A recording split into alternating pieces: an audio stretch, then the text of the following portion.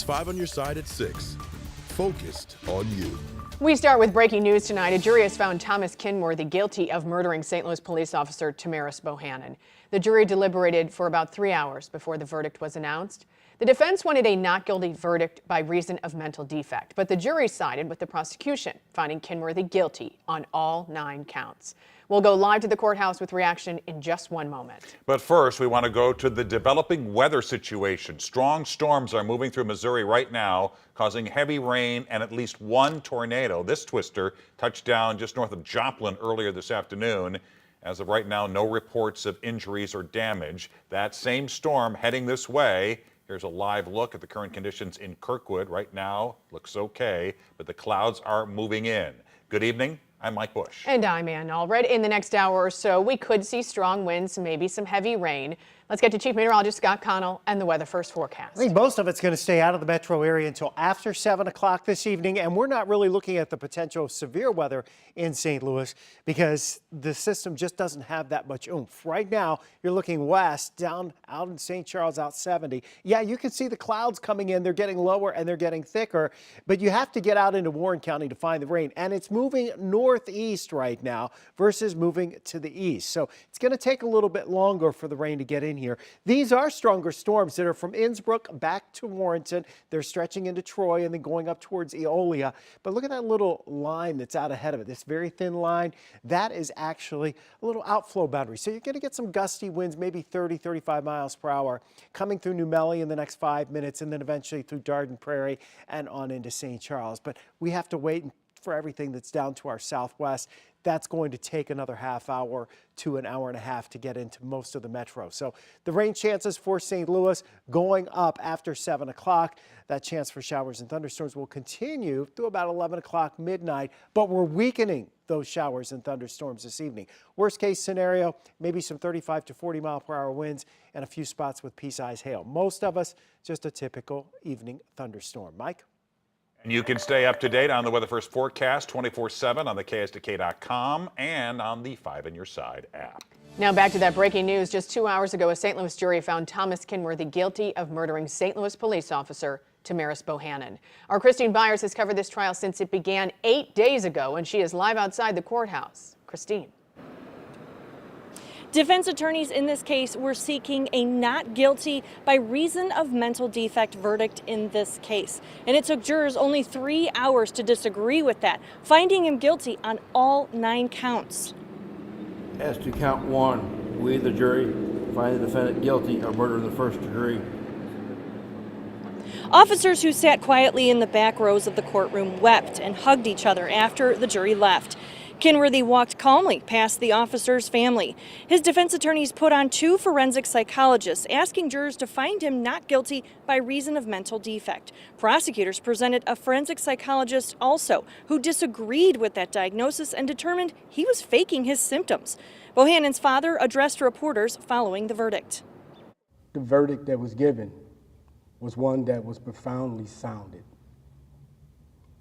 You can't come in our city. You can't come and hurt the officers that we hired that are supposed to protect us and keep us safe. We won't allow it. Now, in addition to that first-degree murder conviction, Kinworthy was also found guilty of wounding another officer and a homeless man in that same incident. That first-degree murder conviction does carry an automatic life without a chance of parole sentence. A judge will formally sentence him, though, in June. Live outside the courthouse in downtown St. Louis, Christine Byers, 5 on Your Side. Parents in the St. Louis Public School District could get some cash back just for driving their kids to and from school. 5 on Your Side's Megan Kernan joins us live from outside Compton Drew Middle School to break down this new incentive. Megan.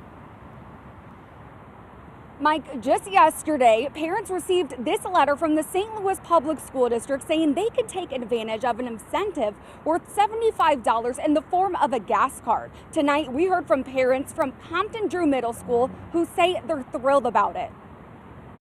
I thought it was great because everybody got to get their kids to school. After months of severe bus transportation issues, the district is giving a $75 gas card to families that have already been affected by chronic bus issues. Then starting May 13th, every family is eligible for $75 a week if they drive their child to school until the end of the school year. I think it's a good thing that they reimbursing the parents and the grandparents and whoever's picking up because gas is very high. This week, many drivers with Missouri Central Bus Company called out. That left students in after-school activities without transportation. And earlier this year, drivers with the bus company called out in protest over a racial issue. The bus company's contract with the school ends this summer. District Superintendent Dr. Keisha Scarlett says they will have a long-term transportation solution before the next school year.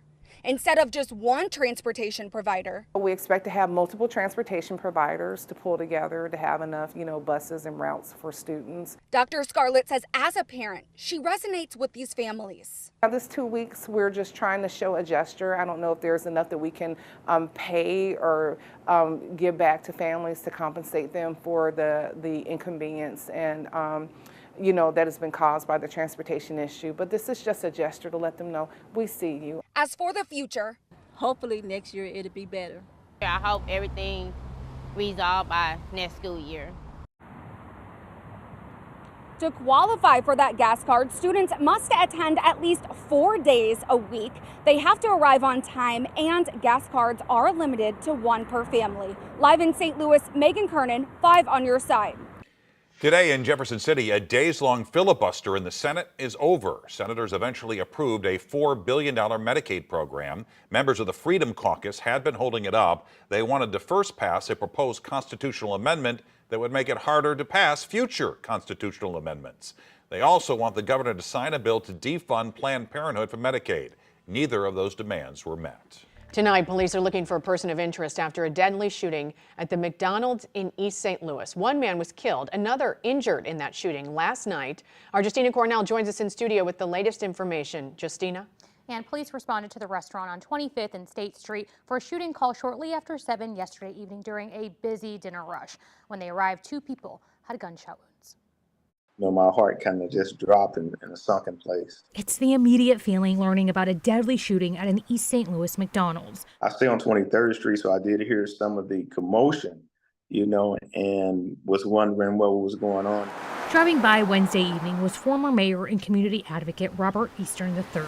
He learned 2 people were taken to the hospital after a shooting. Yes, it bothers me because that's our central business district, you know, and it's in a city that's trying to pull itself up by the bootstraps. Illinois State Police say shots were fired both inside and outside of the restaurant. We've learned that the altercation actually started from inside of the McDonald's and carried on to the outside. 22-year-old Trayvon Brown from Cahokia Heights died at the hospital. The community, you know, we all need to come together to try to get some of these guns off the streets. East St. Louis Councilmember Ryan Kaysen believes East St. Louis police are already taking guns off the street. They've been trying and, you know, just doing as much as they can, but you know, we're short-staffed with the police department, and you know, we're trying to do the best we can to recruit some more officers and also get the community a little bit more involved. Eastern explains there are several initiatives in the area to reduce gun violence, but more needs to be done. We have to be moving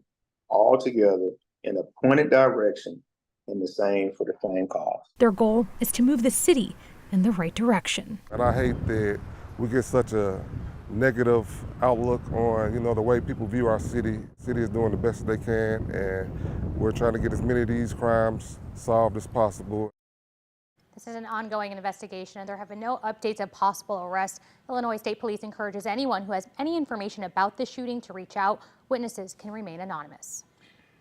There's a new flight out of Lambert Airport, how it could help form a new relationship between St. Louis and Montreal. Also ahead, a program meant to keep streets clean will be ending soon, while you'll no longer be allowed to adopt a highway in the Show Me State.